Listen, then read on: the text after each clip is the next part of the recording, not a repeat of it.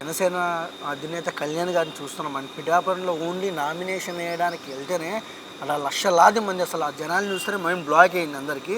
But ఎలా అనిపిస్తుంది ఈ వైపు మీకు?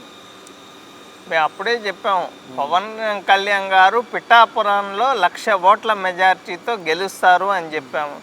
నిన్న నామినేషన్ రోజు ఆ జన సందోహం చూసి వీళ్ళు ఓటుకి 50,000 కాదు ఎంత ఇచ్చినా కానీ జగన్మోహన్ రెడ్డికి 4వ మొగుడు పవన్ కళ్యాణే అని చెప్పి, నా 4వ పెళ్ళం పవన్ కళ్యాణ్ చెప్పిన తర్వాత ఇవన్నీ వాస్తవాలే, పిఠాపురంలో 1,00,000 ఓట్ల మెజార్టీతో గెలుస్తాడు అని చెప్పి నేనైతే చెప్పగలను. మేము అప్పుడే చెప్పాము, పవన్ కళ్యాణ్ గారు పిఠాపురంలో 1,00,000 ఓట్ల మెజార్టీతో గెలుస్తారు అని చెప్పాము.